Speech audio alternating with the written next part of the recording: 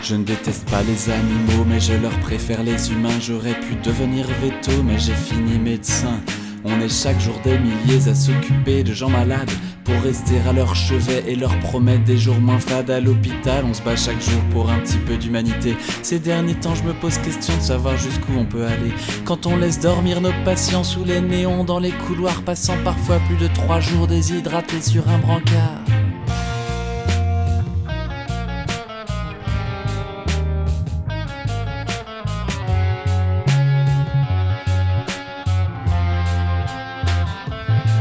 Les urgences sont asphyxiées et les équipes sont débordées, gérant des patients à la chaîne mais avec leur bonne volonté. N'allez pas dire que c'est la grippe qu'on a découverte cette année. Non, c'est le système, c'est tout le soin qui est malade, qui est grippé. Ça se passe chez nous, ça se passe en France, nos vieux restent 3 jours aux urgences, sans une chance d'avoir un lit car l'institution a cédé.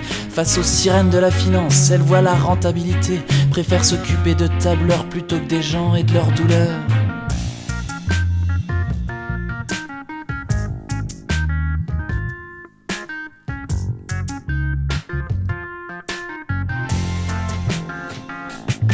On nous dit qu'on coûte cher, qu'on creuse le trou de la sécu. Moi je dis qu'on peut être fier quand on tient tête au trou du cul, quand on fait notre cœur de métier en pleine nuit sans avoir dormi, ou bien quand on se fait cracher dessus par des patients qui ont trop bu mais qu'on a soigné le lendemain au calme et puis bien mieux à jeun. Car notre cœur de métier c'est take care, prendre soin.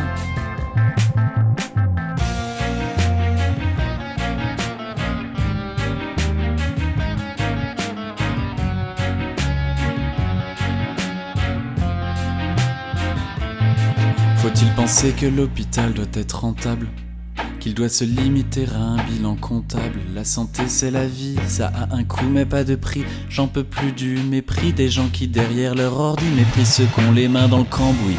C'est juste un texte, une chanson, j'apporte pas l'once d'une solution, mais je me permets ce cri du cœur, un exutoire à ma douleur.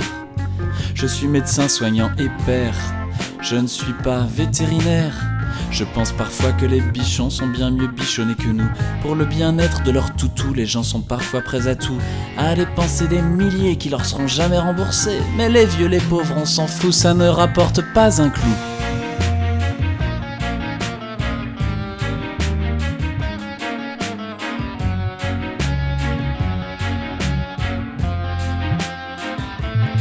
Je crois parfois que notre tort c'est d'être profondément gentil, toujours à se taire à dire oui sans s'apitoyer sur son sort. On se laisse marcher sur les pieds, on se laisse faire, on dit merci, on ne sait plus comment leur dire, on ne sait pas ce qu'il faudrait de pire. Disons-le haut, disons-le fort, n'attendons pas qu'il y ait des morts. Les bureaucrates nous font du mal, ils sont en train de tuer l'hôpital. Ne cherchez pas les coupables dans la médecine et les soignants, seul l'argent et les comptables finiront par tuer nos patients.